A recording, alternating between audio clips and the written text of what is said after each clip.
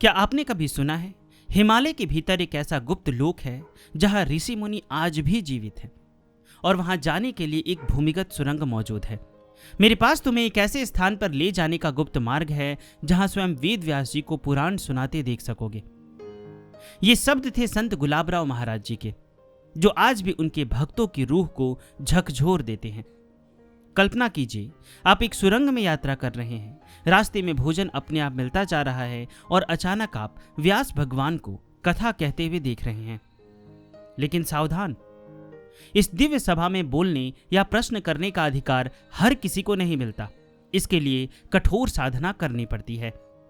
इस वीडियो में हम श्री संत गुलाबराव महाराज जी के कुछ अनुभव और उनके द्वारा लिखित ग्रंथों के बारे में जानेंगे। तो आइए शुरू करते हैं। संत श्री गुलाबराव महाराज जी के श्री चरणों में अनंत कोटि प्रणाम कर मैं उनकी जीवनी शुरू करता हूं। संत गुलाबराव महाराज, जिन्हें प्रज्ञा चक्षु मधुरा द्वैताचार्य के रूप में भी जाना जाता है, महाराष्ट्र के एक महान संत, दार्शनिक और विलक्षण आध्यात्मिक प्रतिभा के धनी थे।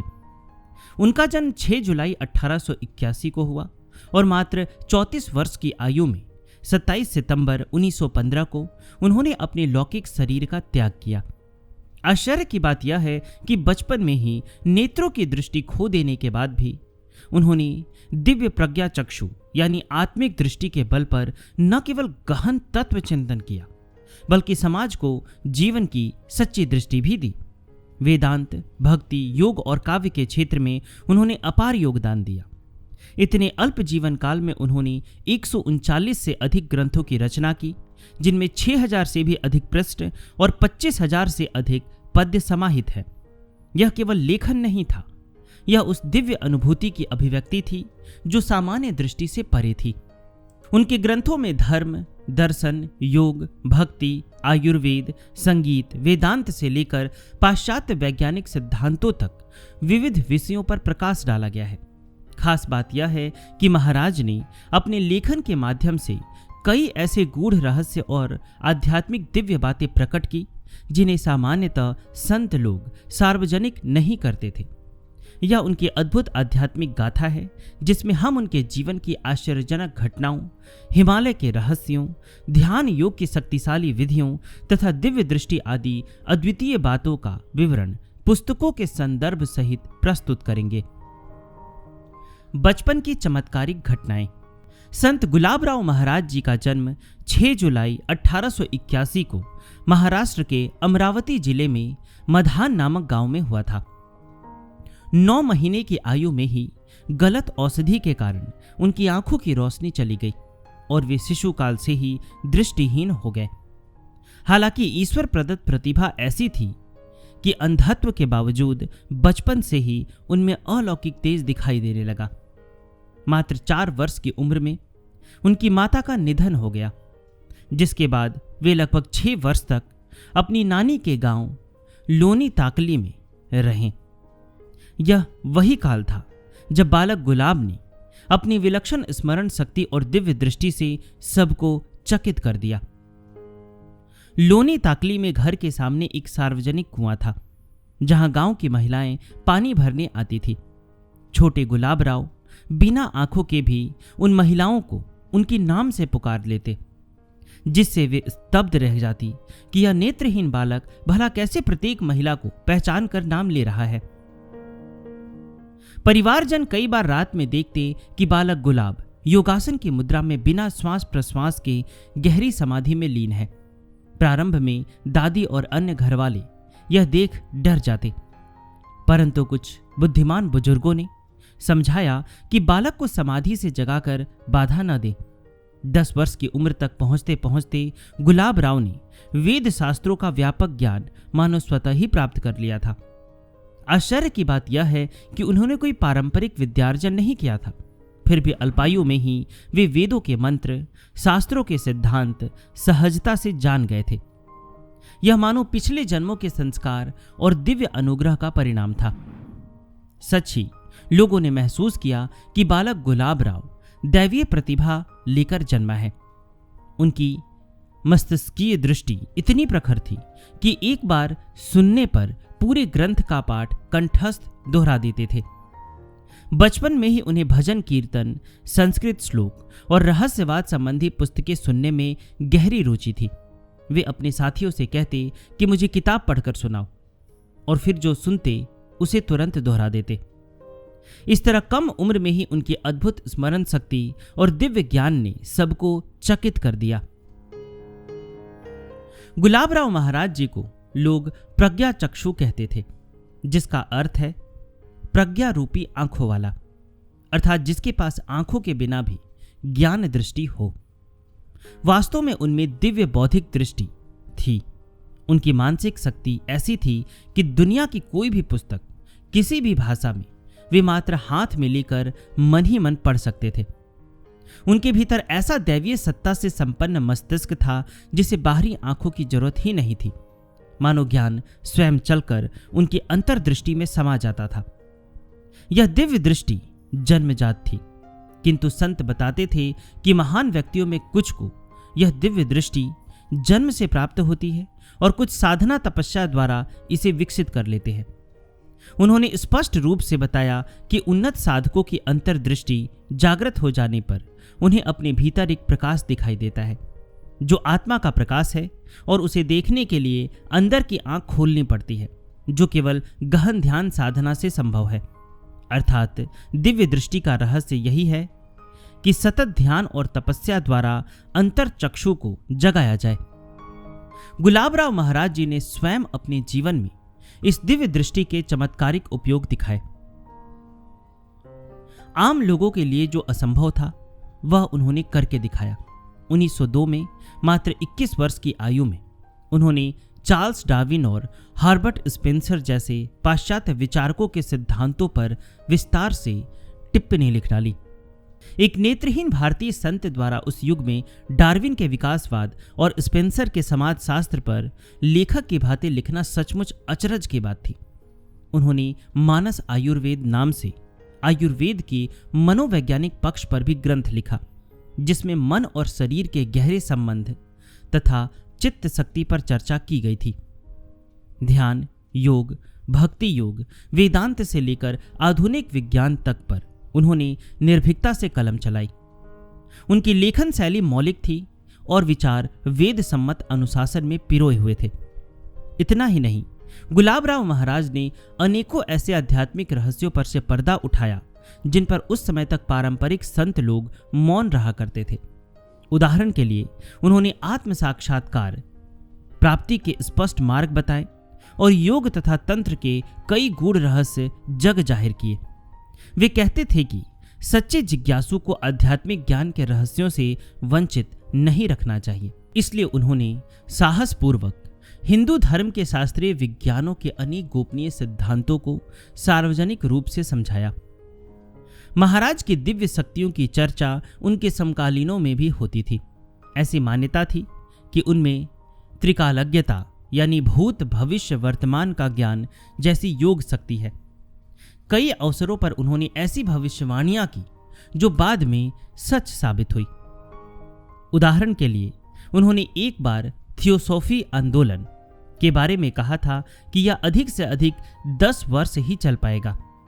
वास्तव में लगभग 1 दशक बाद वह आंदोलन क्षीण पड़ गया, जो महाराज की भविष्य दृष्टि को सिद्ध करता है।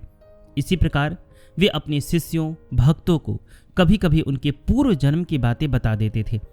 एक निकटवर्ती भक्त हरिभाऊ से उन्होंने कहा कि मेरा पिछला जन्म काठियावाड़ यानी गुजरात में ब्राह्मण रूप में था और तुम उस जीवन में भी मुझसे मिलने आते थे। बाद में पता चला कि संत गुलाबराव जी अपने पूर्व जन्म में स्वामी बेचरनंद महाराज थे, जो 19वीं सदी के अंत में गुजरात के जिंजूवाड़ा में एक सिद्ध योगी थे। गुलाबराव जी से भेंट के दौरान अमरावती के एक वृद्ध बलवंत राव को यह अनुभव हुआ यूं कि बलवंत राव पहले जिंजूवाड़ा में स्वामी बेचरनंद के सानिध्य में रहे थे। वर्ष 1907 में अमरावती के अंबा देवी मंदिर में जब बलवंत राव प्रार्थना के लिए गए तो वहां एक युवा संत ने उन्हें नाम लेकर पुकारा। बलवंतराव, पहचाना मुझे? बलवंतराव चकित रह गए। यह युवा संत और कोई नहीं बल्कि गुलाबराव महाराज थे। महाराज ने मुस्कुराकर कहा, लगता है मुझे तुम भूल गए हो। मैं वही जिंजूवाड़ा वाला हूं और मेरे साथ वहां के कुछ लोग भी इस जन्म में आए हैं। यह सुनकर बलवंतराव की आंखें भर आई। इस घटना ने आसपास के लोगों को स्तंभित कर दिया कि बिना मिले गुलाबराव ने पुराने जन्म के संबंध को कैसे पहचान लिया। इससे उनकी दिव्य दृष्टि और पूर्व जन्म की स्मृति शक्ति का पता चलता है। ऐसी अनेक घटनाओं के कारण भक्तजन उन्हें चलती फिरती चमत्कार की प्रतिमूर्त मानते थे। मधुराद्वैत दर्शन और कृष्ण प्रेम की विलक्षण भावना। संत गुलाबराव महाराज ने अद्वैत वेदांत के गूढ़ तत्व ज्ञान को मधुर भक्ति के संग समन्वित करके मधुराद्वैत नामक अपने विशिष्ट दर्शन की स्थापना की। पारंपरिक अद्वैत वेदांत जहां निर्गुण निराकार ब्रह्म की एकत्व की बात करता है, वहीं मधुर भक्ति मार्ग में भगवान को अपना प्राण प्रिय मानकर सगुण साकार प्रेम किया जाता है। गुलाबराव जी ने समझाया कि ज्ञान की पराकाष्ठा पाने के बाद भी भक्त भगवान के साथ मधुर भाव रख सकता है, जैसे प्रेमी का प्रेमिका से होता है। उन्होंने स्वयं अपने को संत ज्ञानेश्वर की पुत्री और भगवान श्री कृष्ण की पत्नी रूप में माना। यह बड़ा विलक्षण था। एक पुरुष संत होकर भी इन्होंने ईश्वरीय प्रेम में स्वयं को नारी रूप कल्पित किया। सन 1905 में उन्होंने प्रतीकात्मक रूप से भगवान कृष्ण से विवाह रचाया और तब से वे सुहागिन महिला जैसा श्रृंगार करने लगे। वे अपनी मांग में कुमकुम का तिलक लगाते, गले में मंगलसूत्र पहनते और स्त्री के आभूषण धारण करते थे। सांसारिक दृष्टि से यह आचरण अचरज भरा था, पर भक्ति भाव के दृष्टिकोण से यह गोपियों की भांति कृष्ण प्रेम में लीन हो जाने का उदाहरण था। संत महाराज के इस माधुर्य भाव ने लोगों को चकित भी किया और भाव विभोर भी। उनका कहना था कि श्री कृष्ण ही उनके परम स्वामी हैं और वे उनकी दासी या पतिव्रता स्त्री हैं। इस भाव समर्पण के पीछे दर्शन यह था कि आत्मा और परमात्मा का मिलन दाम्पत्य प्रेम जैसा मधुर हो सकता है। उनके मधुराद्वैत दृष्टिकोण ने भक्ति और अद्वैत के मध्य सेतु का कार्य किया। भक्त और भगवान के प्रेम को अद्वैत की बुद्धि नहीं नकारती, बल्कि आत्मानुभूति के बाद भी प्रेम की धारा बहती रहती है। यह संत परंपरा में एक अनूठा दृष्टिकोण था जिसने अनेक भक्तों को आकर्षित किया। गुलाबराव महाराज जी के जीवन की एक अद्भुत घटना संत ज्ञानेश्वर महाराज से उनकी मुलाकात थी। संत ज्ञानेश्वर 13वीं सदी के महान संत थे, जिनकी समाधि सैकड़ों वर्ष पूर्व हो चुकी थी। परंतु गुलाबराव जी ने 1901 में सार्वजनिक रूप से कहा कि स्वयं संत ज्ञानेश्वर जी ने प्रकट होकर उन्हें दीक्षा दी है। उन्होंने बताया कि संत ज्ञानेश्वर प्रकट होकर उन्हें अपना शिष्य स्वीकार कर गए। इतना ही नहीं, ज्ञानेश्वर महाराज ने उन्हें अपने नाम का एक मंत्र भी प्रदान किया। इस अलौकिक दर्शन के उपरांत गुलाबराव महाराज जी ने कलाकारों को संत ज्ञानेश्वर का सटीक चित्र बनाने का निर्देश दिया, मानो वे उनकी प्रत्यक्ष छवि देख रहे हो। कहा जाता है कि संत ज्ञानेश्वर जी का जो प्रसिद्ध चित्र आज आलंदी यानी पुणे के ज्ञानेश्वर समाधि मंदिर में विराजित है, वह श्री गुलाबराव महाराज के बताए स्वरूप के आधार पर बनाया गया था। यह घटना श्रद्धालुओं के लिए अत्यंत आश्चर्यजनक थी। भला सैकड़ों वर्ष पूर्व के सिद्ध संत आधुनिक काल में प्रकट होकर एक युवक को आशीर्वाद देने आए। परंतु गुलाबराव जी की दिव्य दृष्टि और संतों के प्रति उनकी प्रीति से यह संभव हुआ। वे संत ज्ञानेश्वर को अपने इष्ट देव की तरह मानते थे, स्वयं को उनका आध्यात्मिक पुत्र बताते थे। ज्ञानेश्वर महाराज के प्रति इस गहन संबंध ने गुलाबराव जी की भक्ति और ज्ञान को और भी मधुर बना दिया। इस प्रकार उनके जीवन के ये प्रसंग सिद्ध करते हैं कि वे वास्तव में आधुनिक काल के दृष्टा संत थे, जिनके लिए समय और स्थान की सीमाएं हट गई थी। योग, ध्यान और प्राणायाम के रहस्य। संत गुलाबराव महाराज जी ने योग साधना और ध्यान के विषय में भी अत्यंत महत्वपूर्ण शिक्षाएं दी, जिन्हें उन्होंने अपने ग्रंथों में विस्तृत किया है। राजयोग के संबंध में उनका स्पष्ट मत था, राजयोग सभी योग अभ्यासों में सर्वश्रेष्ठ है। वे कहते थे कि मन पर पड़े अवांछित संस्कारों और विचारों को पूर्णतः मिटाने की शक्ति यदि किसी साधना में है तो वह राजयोग है। राजयोग की सफलता के दो आधार उन्होंने बताए, निरंतर अभ्यास और विरक्ति। केवल अभ्यास करते रहना परंतु इंद्रिय विषयों से विरक्ति न होना, यह साधक को मंजिल तक नहीं पहुंचा पाएगा। इसी तरह बगैर नियमित अभ्यास के केवल वैराग्य का विचार भी अपूर्ण है। गुलाबराव जी के अनुसार साधक को चाहिए कि नियमित अभ्यास करे और साथ ही विषयों से मन को हटाकर वैराग्य पैदा करे, तभी योगाभ्यास पूर्ण फल देता है। उन्होंने पतंजलि योग सूत्र के क्रम को सरल ढंग से समझाया। यम नियम का पालन करके रजोगुण एवं तमोगुण को संयमित करे, आसन द्वारा अंगों को स्थिर करे, प्राणायाम द्वारा श्वास प्रक्रिया और जीव शक्ति को नियंत्रण में ले, जिससे मन की चंचलता कम होगी। इसके बाद प्रत्याहार द्वारा इंद्रियों को विषयों से हटाकर मन को अंतर्मुख करे। फिर धारणा एवं ध्यान की गहराई में उतरकर साधक सविकल्प समाधि यानी संप्रज्ञात समाधि में प्रवेश करता है और अंततः निर्विकल्प समाधि यानी असंप्रज्ञात समाधि को प्राप्त करता है। यह योग का क्रम उन्होंने शास्त्रानुसार समझाया है, लेकिन साथ ही चेतावनी दी कि यह मार्ग कठिन तपस्या और मानसिक तैयारी की मांग करता है।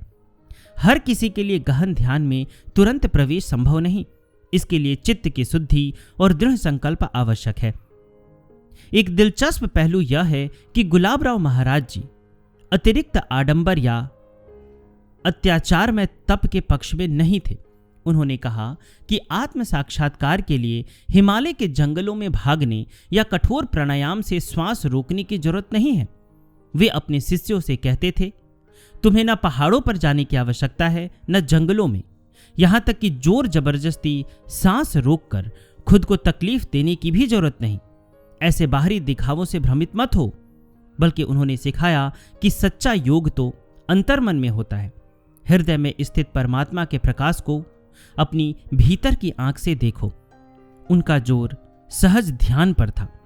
वे कहते थे कि केवल ध्यान के माध्यम से ही एक एक करके समस्त शंकाएं मिटती हैं, मन को शांति मिलती है और बुद्धि शुद्ध होती है। उन्हीं के शब्दों में, केवल ध्यान द्वारा ही समस्त ज्ञान स्वतः प्रकट हो जाएगा, किसी अन्य प्रयास की आवश्यकता नहीं, बस इसी साधना को निरंतर करते रहो। यह संदेश उनके सोहम मंत्र की साधना से भी जुड़ा है। माना जाता है कि उन्होंने सोहम मंत्र के जाप द्वारा आत्मचिंतन का मार्ग अपने शिष्यों को दिखाया। इस उपाय में न शारीरिक कष्ट है न जटिल क्रिया, बस श्वास के साथ सोहम का मानसिक जप करते हुए आत्मा को परमात्मा से अभिन्न भाव में अनुभव करना है। गुलाबराव महाराज जी ने ध्यान की कई शक्तिशाली विधियां अपने ग्रंथों में बताई है।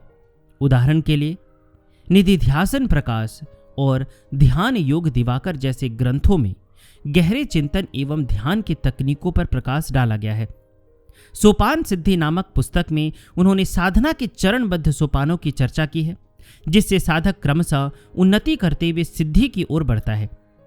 उनकी रचनाओं से ज्ञात होता है कि कुंडलिनी जागरण और चक्रों के रहस्य पर भी उन्होंने लिखा। ज्ञानेश्वरी कुंडलिनी निरूपण में इस विषय का विवरण मिलता है। एक अन्य ग्रंथ योग प्रभाव पद्य तथा गद्य रूप में योग की महिमा और प्रभावों को समझाया गया है। उन्होंने यह स्पष्ट किया कि योग अभ्यास से प्राप्त विभूतियां यानी सिद्धियां अंततः साधक को आत्मज्ञान की ओर ले जाती है, न कि भौतिक चमत्कार प्रदर्शन की ओर। योग साधना के दौरान आने वाली दिव्य अनुभूतियां जैसे आंतरिक प्रकाश, नाद सुनाई देना, देहातीत अनुभव आदि को उन्होंने साधकों के मार्ग में आने वाले पड़ाव बताया। इन अद्भुत अनुभवों का वर्णन वे बड़ी सादगी से करते थे ताकि साधक भयभीत हुए बिना आगे बढ़े। महाराज ने अपने ग्रंथ सिद्धि सार में योग द्वारा प्राप्त होने वाली सिद्धियों का विवेचन किया था, ऐसा उनका उल्लेख मिलता है। उनका कहना था कि यदि मनुष्य परमात्मा की शरण में रहकर साधना करे तो कई अद्भुत शक्तियां अपने आप विकसित हो जाती है। ये ईश्वर की देन है, उनका दुरुपयोग नहीं करना चाहिए। उन्होंने उदाहरण दिया कि जब अर्जुन को श्री कृष्ण का विश्व रूप दर्शन करना था, तब कृष्ण ने उसे दिव्य चक्षु प्रदान किया, तभी वह दिव्य दृश्य देख सका। उसी प्रकार गुरु कृपा से साधक की चेतना विकसित हो तो वह अदृश्य सत्य को भी देख सकता है। इसलिए गुलाबराव महाराज जी जोर देते थे कि गुरु की शरणागति और ईश्वर पर अटूट श्रद्धा रखकर साधना करें, फिर दिव्य दृष्टि अपने आप प्राप्त हो जाएगी। वे कहते थे, अंतर मन में निरंतर परमात्मा का सुमिरन करो, एकाग्र होकर उसी एक सत्य स्वरूप का ध्यान करो। सगुण या निर्गुण जैसा भी तुम्हारा झुकाव हो, पर मन को तत्व ज्ञान पर स्थिर करो। यही ध्यान की कुंजी है। हिमालय के रहस्य और गुप्त स्थान। गुलाबराव महाराज जी से जुड़े आश्चर्यजनक किस्सों में एक प्रसंग हिमालय के एक गुप्त दिव्य स्थान केशवपुरी का है, जिसके बारे में उन्होंने अपने शिष्यों को रोमांचक विवरण सुनाया था। महाराज कभी कभी आत्मकथ्य रूप में अपनी पारलौकिक यात्राओं की जानकारी भी देते थे। वे कहते थे, मेरा एक गांव है केशवपुरी, जो बद्रीनाथ से भी बहुत दूर स्थित है। यह कोई साधारण भौतिक गांव नहीं, बल्कि दिव्य लोक है, जहां महान ऋषि मुनि निवास करते हैं। गुलाबराव महाराज जी ने बताया कि वहां तक पहुंचने का मार्ग आम यात्रियों को ज्ञात मार्ग से अलग है। उन्होंने अपने निकटस्थ भक्तों से कहा, उस स्थान तक जाने के लिए एक भौगोलिक मार्ग तो बद्री नारायण के आगे तक जाता है, जहां महर्षि व्यास द्वारा पुराण कथन हुआ था। लेकिन मेरे पास वहां पहुंचने का एक गुप्त मार्ग है, भूमिगत सुरंग रास्ता। मैं तुम्हें उस राह से ले जा सकता हूं। इतना कहते समय उनका भाव ऐसा होता मानो यह कोई काल्पनिक कहानी नहीं, वास्तविक अनुभव हो। महाराज जी ने आश्वस्त किया कि उस सुरंग वाले मार्ग में यात्रा करते हुए भोजन आदि किसी भी चीज की चिंता करने की आवश्यकता नहीं पड़ेगी, क्योंकि रास्ते में सब अपने आप मिलता जाएगा। यह कथन सुनकर शिष्यों को अचरज के साथ आनंद की अनुभूति होती। गुलाबराव महाराज ने आगे केशवपुरी का वर्णन करते हुए कहा कि जमीन के ऊपर एक मार्ग उन प्रसिद्ध तीर्थों तक जाता है जहां वेद व्यास जी ने पुराण सुनाए थे। लेकिन यदि हम मेरे बताए सुरंग मार्ग से जाएंगे तो मार्ग में स्वयं व्यास जी को पुराण सुनाते हुए देख सकोगे, साथ ही कई अन्य दिव्य ऋषियों के दर्शन होंगे। यह सुनते ही श्रोताओं के रोंगटे खड़े हो जाते थे। प्रत्यक्ष व्यास भगवान को कथा कहते हुए देखने की कल्पना ही अद्भुत है। महाराज जी ने यह भी स्पष्ट किया कि हालांकि तुम उन महर्षियों को देख पाओगे, परंतु अधिकार के बिना तुम उनसे बात नहीं कर सकोगे। उस दिव्य सभा में बोलने या प्रश्न करने का अधिकारी बनने के लिए तुम्हें पहले मेरे द्वारा बताए स्थान पर कुछ दिन कठोर साधना करनी होगी। अर्थात केवल उनके साथ चल देने से काम नहीं बनेगा, आत्मिक पात्रता अर्जित करनी होगी। महाराज जी द्वारा सुनाए गए केशवपुरी के वर्णन सचमुच अलौकिक थे। उनके शिष्यों ने स्वीकार किया कि महाराज जिस तरह से उस दिव्य लोक की बातें बताते, वैसा उन्होंने पहले कभी कहीं नहीं सुना था। ये बातें सुनकर शिष्यों के हृदय में तीव्र आकांक्षा जागती कि किसी प्रकार उस रहस्यमय हिमालय लोक के दर्शन करें। एक बार शिष्यों ने उत्सुकतावश पूछ लिया कि महाराज, ये सारी जानकारियां किस ग्रंथ में मिलेंगी? आपने जो बताया, क्या कोई किताब में लिखा है? इस पर गुलाबराव जी मुस्कुराकर बोले, ऐसी अनेक पुस्तकें केशवपुरी में मौजूद है। उन्होंने संकेत दिया कि दुनिया की आम लाइब्रेरीज में नहीं, बल्कि हिमालय के उस गुप्त लोक में ज्ञान के भंडार हैं, जहां से ये रहस्य मिलते हैं। यह सुन शिष्य श्रीनिवास शास्त्री जैसे विद्वान भी व्यास आदि महान आत्माओं के दर्शन की लालसा से व्याकुल हो उठते थे। केशवपुरी की इस कथा ने गुरु शिष्य परंपरा में उत्सुकता पैदा की है। कई मानते हैं कि केशवपुरी कोई भौतिक स्थान न होकर एक सूक्ष्म हिमालयी लोक है, जहां केवल योग बल से पहुंचा जा सकता है। कुछ आधुनिक योगी भी हिमालय में गुप्त सिद्ध क्षेत्रों जैसे ज्ञानगंज, कलाप ग्राम आदि के होने का उल्लेख करते हैं। संत गुलाबराव महाराज जी ने अपने अनुभव से ऐसे ही किसी सिद्ध पीठ की बात की होगी। उन्होंने एक बार अपने एक भक्त बाबू गाड़ी को पत्र में लिखा, मैं विभिन्न प्रकार के ज्ञान की बातें बताता हूं, तो कई लोग आश्चर्यचकित हो जाते हैं, पर कुछ बातों पर लोगों को अचरज होने से हानि भी हो सकती है। मानो वे समझना चाह रहे हो कि हर सत्य सभी को नहीं बताना चाहिए। संभवतः यही कारण था कि उन्होंने केशवपुरी ले जाने की शर्त अधिकार पर रखी। कुल मिलाकर हिमालय के इस गुप्त स्थान से जुड़े अनुभव गुलाबराव महाराज के सबसे रहस्यमय और आश्चर्यजनक प्रसंगों में गिने जाते हैं। ये प्रसंग शिष्यों के हृदय में हिमालय की दिव्यता और हमारी ऋषि परंपरा की महिमा के प्रति गहरी श्रद्धा जगा गए। संत गुलाबराव महाराज जी का जीवन वास्तव में अलौकिक घटनाओं और अद्भुत उपलब्धियों का संगम था। एक ओर वे एक दृष्टिहीन बालक थे, तो दूसरी ओर प्रज्ञा चक्षु दिव्य दृष्टि वाले युग दृष्टा थे। उन्होंने अनेकों ग्रंथों के माध्यम से ज्ञान की जो रोशनी फैलाई वह अपने आप में बेमिसाल है। उनकी रचनाओं में ध्यान साधना से लेकर वेदांत दर्शन तक, भक्ति प्रेम से लेकर आयुर्वेद और विज्ञान तक हर पहलू पर ऐसी गहन समझ मिलती है जिसे पढ़कर विद्वज्जन दंग रह जाते हैं।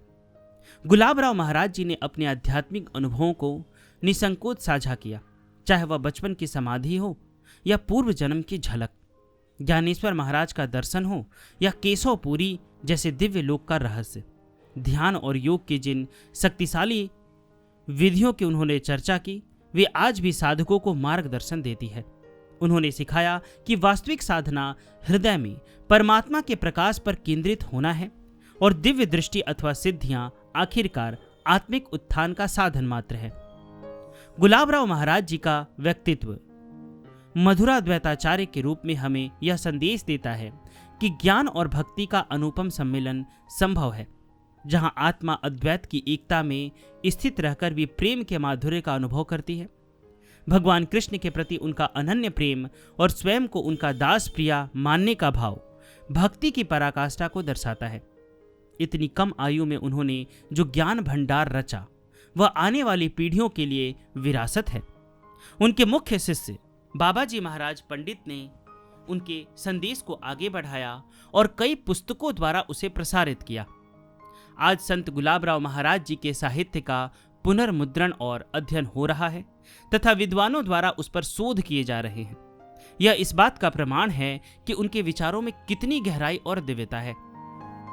अंत में संत गुलाबराव महाराज जी की गाथा से हमें यही सीख मिलती है कि सत्य ज्ञान और ईश्वर प्रेम की कोई सीमा नहीं है। दिव्य दृष्टि हो या अद्भुत योग शक्ति, इनका लक्ष्य मानव कल्याण और आत्म कल्याण होना चाहिए, दिखावा नहीं। उन्होंने अपने जीवन को एक सुगंधित गुलाब की तरह जिया, जिसकी खुशबू दूर दूर तक फैलकर लोगों का मार्गदर्शन करती रही। ऐसे अद्भुत संत को उनका यशस्वी पुण्य स्मरण नमन है। उनकी लेखनी और लीला कथाएं सदा हमें अध्यात्म के उच्च शिखरों की याद दिलाती रहेगी। अगर आप उनकी पुस्तक पढ़ना चाहते हैं तो आप हमारे वेबसाइट पे भी देख सकते हैं। वहाँ पे भी मैंने पूरी जानकारी उनके बारे में दी है और समय समय पे वहाँ पे और भी संतों के बारे में और भी अन्य आध्यात्मिक टॉपिक पे ब्लॉग आते रहेंगे। तो आप हमारे वेबसाइट www.siddhsantokikkhoj.com पर विजिट कर सकते हैं। श्री गुलाबराव महाराज जी के जितने भी ग्रंथ हैं जो आसानी से उपलब्ध हैं, उन पे मैं अभी स्टडी कर रहा हूँ, तो उन पे मैं कंप्लीट हिंदी में ऑडियो बुक बना दूँ उन पर मैं कंप्लीट हिंदी में ऑडियो बुक बना दूंगा। अगर आप लोग उसे भी सुनना चाहते हैं, उससे जुड़ना चाहते हैं, तो आप हमें व्हाट्सएप कर सकते हैं। डिस्क्रिप्शन में आपको हमारा व्हाट्सएप नंबर भी मिल जाएगा। संत गुलाबराव महाराज जी के श्री चरणों में अनंत कोटि प्रणाम कर मैं उनकी जीवनी को यहीं विराम देता हूँ।